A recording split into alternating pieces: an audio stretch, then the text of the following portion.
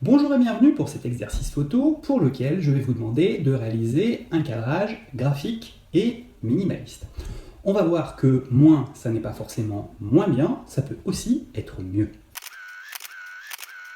Aujourd'hui, je vous propose donc de réaliser un cadrage graphique et minimaliste. L'idée, ça va être de mettre le moins de choses possible à l'intérieur de votre image de manière à ce que ce qu'il reste soit pensé et surtout qu'il soit vraiment impactant, qu'on ait vraiment quelque chose qui nous accroche en étant dans la logique du moins égale mieux. Je vous rappelle les règles pour participer à l'exercice. 1. On s'abonne à la chaîne et on partage la vidéo avec les copains et les copines qui eux aussi pourraient avoir envie de jouer.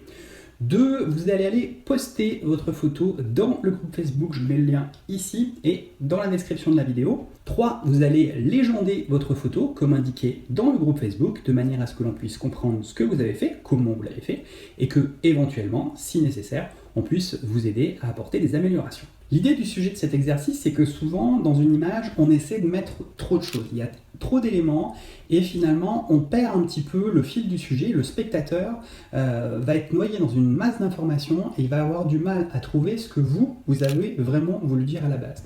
Et souvent, on veut trop détailler, on veut trop étoffer et on a tendance à vouloir rajouter des choses. Soit d'une manière consciente, soit d'une manière inconsciente. C'est-à-dire qu'on voit quelque chose et on va se concentrer instinctivement sur l'élément à l'intérieur du cadrage, l'élément de la scène qui nous interpelle, et on va faire abstraction de tout ce qu'il y a autour. Sauf que sur l'image finale, tout ce qu'il y a autour, il reste présent. Et du coup, si tout cet environnement, si tous ces éléments restent présents sur votre image, ben finalement, ils viennent parasiter votre message. L'idée, à travers ce sujet graphique et minimaliste, ça va être d'essayer d'enlever, de pousser un petit peu tous ces éléments qui perturbent la lisibilité de votre image et de ne garder que l'essentiel. J'en reviens souvent à la citation de Saint-Exupéry qui disait que la perfection, ça n'est pas quand il n'y a plus rien à ajouter, c'est quand il n'y a plus rien à enlever. Et là, effectivement, on a quelque chose qui est clair, simple, limpide et impactant. Aujourd'hui, pour simplifier l'exercice, je vous demanderai de vous concentrer exclusivement sur l'aspect du cadrage en délaissant un petit peu ces notions techniques. Si vous avez besoin de revoir les réglages de base sur votre appareil photo, je vous invite à suivre la série de vidéos qui se trouve sur mon site. Je vous mets un lien par ici et dans la description de la vidéo.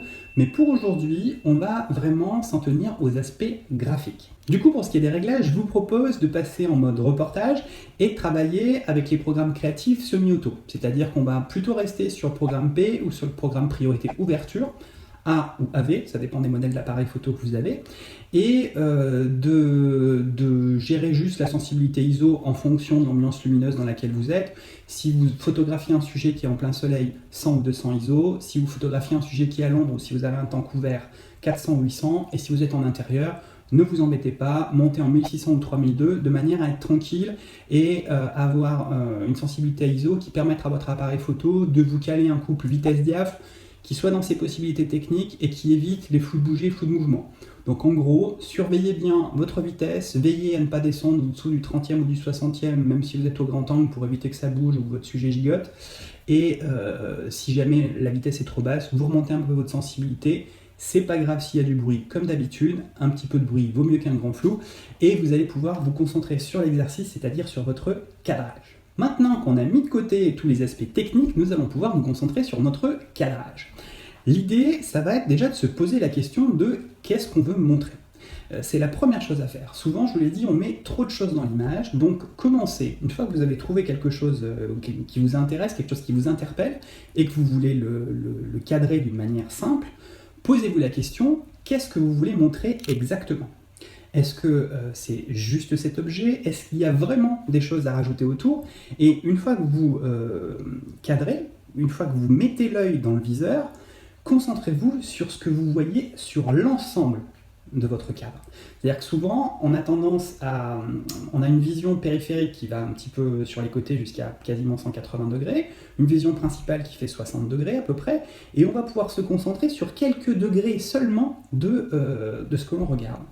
Mais si on fait la même chose avec notre appareil photo, si on cadre l'ensemble, le spectateur, lui, ne saura pas ce qu'on veut montrer. Donc faites cet effort de vous demander qu'est-ce que vous voulez montrer et allez cadrer dessus, quitte à vous rapprocher, quitte à zoomer. quitte à exclure les éléments, que ce soit en jouant sur l'orientation du cadre, en mettant en vertical, en horizontal, ou en vous rapprochant, en zoomant.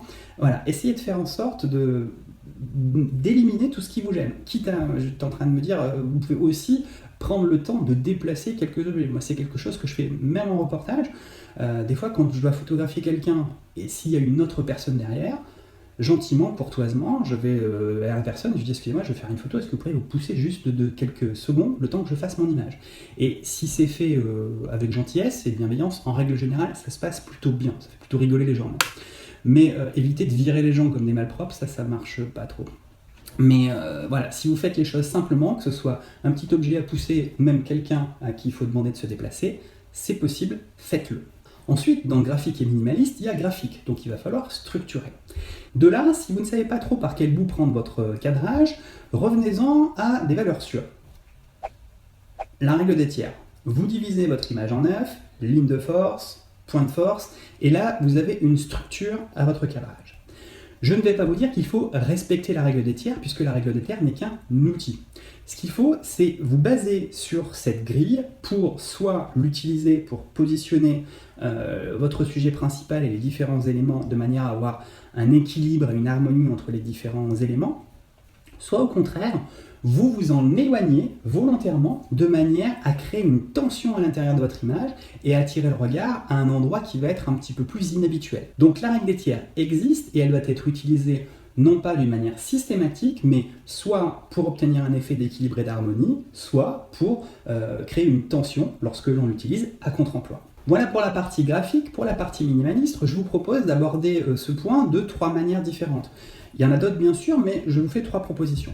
La première, ça va être d'exclure, donc, on en a déjà parlé, tout ce qui est en dehors du sujet. C'est-à-dire que vous ne vous concentrez que sur votre sujet, sans forcément faire un gros plan, mais faites en sorte de laisser des aplats ou de ne garder que votre sujet à l'intérieur de l'image. La deuxième, ça peut être de laisser justement un aplat qui va être très très grand et dans le minimalisme, de faire en sorte que ce soit votre sujet qui soit réduit à sa plus simple expression et qui soit le plus petit possible à l'intérieur de l'image. Donc vous pouvez faire en sorte d'avoir un cadrage qui va être relativement large, mais vide, et avec un sujet qui lui va être complètement isolé à l'intérieur de votre cadre. Ça c'est une deuxième piste. Et la troisième, ça peut être de faire exactement l'inverse, c'est-à-dire de ne prendre en considération qu'une partie de votre sujet, de manière à obtenir quelque chose de graphique et de presque abstrait. Voilà, j'espère que ce sujet va vous inspirer, puisque le cadrage c'est quelque chose qui me tient beaucoup à cœur. J'ai hâte de voir vos contributions dans le groupe Facebook. J'en profite pour rappeler d'ailleurs que toutes les images qui seront publiées sous l'annonce de cette vidéo dans le groupe Facebook, pas dans un autre post, mais bien sous l'annonce, en commentaire de l'annonce, seront retranscrites dans la vidéo de restitution. Donc je regrouperai toutes les contributions qui ont été postées sous l'annonce dans la prochaine vidéo de restitution, dont vous serez aussi sur la chaîne YouTube. Ce sujet donc du cadrage sera aussi abordé la semaine prochaine, puisque dès ce week-end vous pourrez vous inscrire au prochain challenge, le deuxième challenge qu'on organise donc sur la chaîne. C'est un challenge qui sera consacré au cadrage, 7 jours pour améliorer ses cadrages. Voilà, maintenant c'est à vous de jouer, je vous souhaite une bonne semaine et je vous retrouve très très vite dans le groupe Facebook pour voir vos photos de cadrage graphique et minimaliste. À très bientôt.